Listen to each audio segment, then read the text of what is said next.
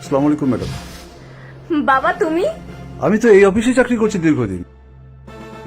তুই এখানে কেন? তুই কার কাছে এসেছিস? বাবা আমি আজকে এই অফিসে জয়েন হয়েছি। আজকে যে আমাদের অফিসে এক বড় ম্যাডামের জয়েন করার কথা ছিল, সেটা কি তুই? জি বাবা। কি বলিস? আমি স্বপ্ন দেখছি না তো মা? না বাবা। আমার মেয়ে এই অফিসের বড় বস? হ্যাঁ বাবা। তোর কাছে একটা অনুরোধ রাখবো আমি, কথাটা কিন্তু তোকে রাখতে হবে মা। আমি যে তোর বাবা, এই অফিসে তুই কাউকে বলিস না মা কথা। কি বলছো বাবা? না বাবা, এটা আমি মানতে পারবো না। না না না আমি গর্ব করে বলবো সবাইকে যে তুমি আমার বাবা। না মা, এটা তো আত্মসম্মানের সমস্যা হবে মা। অফিসের সবাই তোকে ভুল বুঝবে, ভালোভাবে দেখবে না। না বাবা, আর এখানে আমার আত্মসম্মান নিয়ে বাঁধবে কিসের জন্য? আমি গর্ব করে বলবো সবাইকে যে তুমি আমার বাবা। একজন সৎ, পরিশ্রমী এবং আদর্শবান মানুষ আমার বাবা। ঠিক আছে বাবা, আমি এখন রুমে যাচ্ছি, তুমি একটু পরে আসো। না না, বড় ম্যাডামের অফিসে যাওয়ার পারমিশন আমার না নাই। বাবা, না করতে পারবে না, এটা তোমার মেয়ের আদেশ। ঠিক আছে ম্যাডাম। বাবা আমি আসি। আমার মেয়ে আমার অফিসের বস। আল্লাহ, তুমি আমার মনের আশা পূরণ করেছো, আলহামদুলিল্লাহ। আসসালামু আলাইকুম ম্যাডাম। ওয়ালাইকুম আসসালাম, প্লিজ বসুন।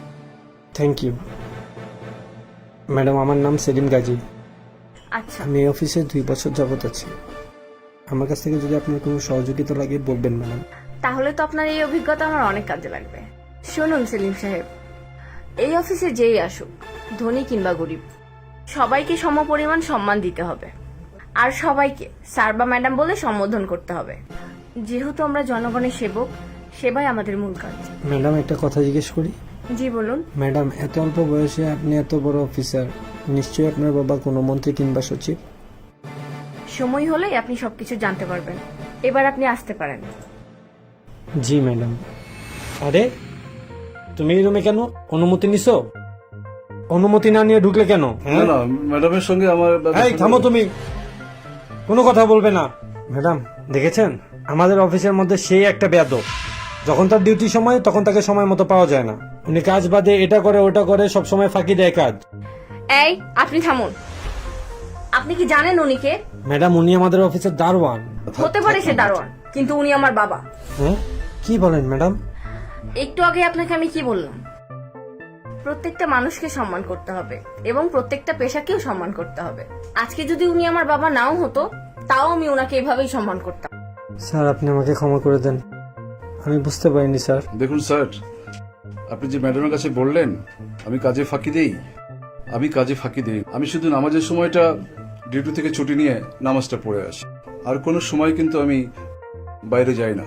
আর একটা কথা বলি, আপনি আমার হাত ধরছেন, আমার মেয়েকে এমন কোনো শিক্ষা দেয়নি যে কোনো মানুষ ভুল করে অন্যায় করবে আর সঙ্গে সঙ্গে তার শাস্তি দেবে, তা নয়। মা, তুই ওনাকে ক্ষমা করে দে, ওনাকে আরেকটাবার সুযোগ দে, যেন তিনি আরেকবার সংশোধন হওয়ার সুযোগ পায়। আপনাকে আমি এবারের মতো ক্ষমা করে দিলাম। নেক্সট টাইম এই ভুলগুলো আর কখনো করবেন না। প্রত্যেকটা মানুষকে সম্মান করবেন এবং প্রত্যেকটা পেশাকেও সম্মান করবেন। আপনি এখন আসুন। আসসালামু আলাইকুম। আসসালামু আলাইকুম। বাবা, আজকে তোমার আদর্শ, সততা ও পরিশ্রমের জন্য আমি এত বড় অফিসার হতে পেরেছি। দেখো বাবা, তোমার পরিশ্রম সার্থক হয়েছে। তোমার মেয়ে আজকে কত বড় অফিসার বাবা। কিন্তু বাবা, তোমাকে আর দারোয়ানে চাকরি করতে দেব না। কেন মা? তুই না একটু আগে বললি প্রতিটি পেশার মানুষকে সম্মান করতে হবে। আমার শরীরে এখন যথেষ্ট শক্তি আছে, আমি অনেক কাজ করতে পারবো। আর আমার তো কাজ করার প্রতি আরো আগ্রহ বেড়ে গেল। কেন করব জানিস? কারণ আমার মেয়ে এই অফিসের বস।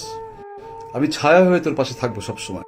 তোর শক্তি তখন আরো বেড়ে যাবে, তুই আরো বেশি করে কাজ করতে পারবি। হ্যাঁ বাবা, তুমি অনেক মহান।